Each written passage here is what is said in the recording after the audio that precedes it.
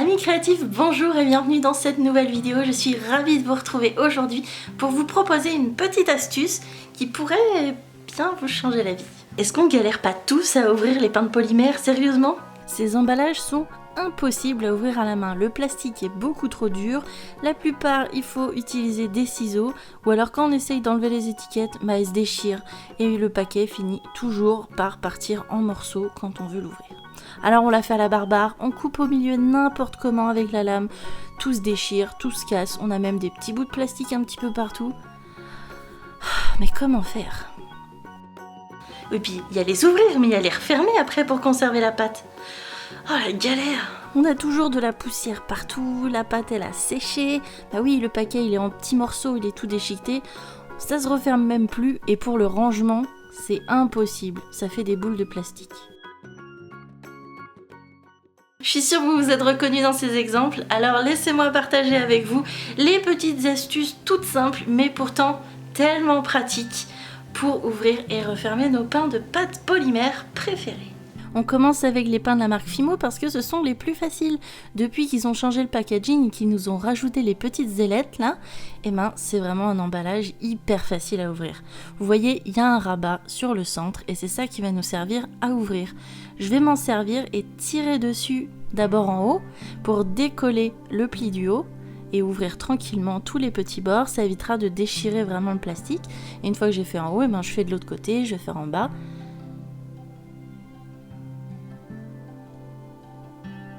Et après, je vais passer mes doigts à l'intérieur pour décoller les deux rabats. Souvent, quand on le fait depuis l'extérieur, on a tendance à déchirer. Mais là, vous voyez, il n'y a vraiment aucune déchirure. Mon paquet se déplie entièrement. Bon, du coup, je vais utiliser ma pâte Fimo. Je vais prendre 2 morceaux pour un petit projet. Et on va pouvoir refermer le pain. Déjà, c'est hyper pratique. Vous voyez, ça se referme facilement. Il y a un grand rabat. Pratique. Mais est-ce que vous connaissiez ça ? Là où il y a le numéro, en fait, c'est un autocollant. Et oui, là où il y a le numéro et le nom de la couleur que vous utilisez, vous pouvez le décoller. Et du coup, ça va nous permettre de faire une sorte de scotch et de le recoller pour fermer le pain. Ça, c'est vraiment, vraiment pratique. Et ça s'ouvre et ça se décolle à volonté. On passe maintenant à Prémo. Prémo aussi a quelques petites facilités. Déjà, on a cette grosse étiquette à l'arrière. Personnellement, je vais la décoller assez soigneusement pour éviter de la déchirer. Celle-ci, elle se déchire assez facilement, donc je fais assez attention. Et je me la mets de côté. Après, je vais me baser là où il y a la petite marque noire et déplier tranquillement le pain de polymère en entier, sans forcer, en suivant les plis. Et voilà, il est à plat, c'est nickel. Je repère le côté où il y a le nom et je vais toujours utiliser ma pâte de l'autre côté. Comme ça, le nom, il disparaît pas, il est toujours collé à la pâte et ça me permet de repérer les couleurs. Et une fois que c'est fait, quand j'ai utilisé ma pâte, il n'y a plus qu'à replier en fait, tout simplement. Je suis les plis qui existaient déjà et je vais rabattre sur mon pain. Et je mets mon petit sticker que j'ai réussi à décoller proprement. Bon, bien sûr, on ne peut pas toujours réussir avec ce sticker, donc un petit coup de scotch, un petit bout de masking tape et mon pain est nickel, prêt à être rangé. Et maintenant parlons des cernites. Ceux-ci sont vraiment une cata, puisqu'on ne peut pas les ouvrir, ils sont vraiment très très bien scellés. Alors la petite astuce, la petite ouverture, c'est que je vais d'abord donc décoller le sticker à nouveau, que je me mets de côté. Et là vous voyez, ceux-là on peut vraiment pas forcer. Donc je vais prendre ma lame et je vais découper le plastique de façon assez propre en partant donc d'un côté et en traçant une sorte de U en fait tout autour, sans fermer entièrement la découpe. Et je vais faire aussi sur l'épaisseur, de chaque côté, là où il y a le U. Et donc je déplie assez naturellement, je prends mon morceau et je vais rabattre les 2 morceaux du haut et ça me permet de recoller mon autocollant et c'est bien fermé. Et ici encore, si l'autocollant n'a pas tenu le choc, on remet le petit bout de masking tape.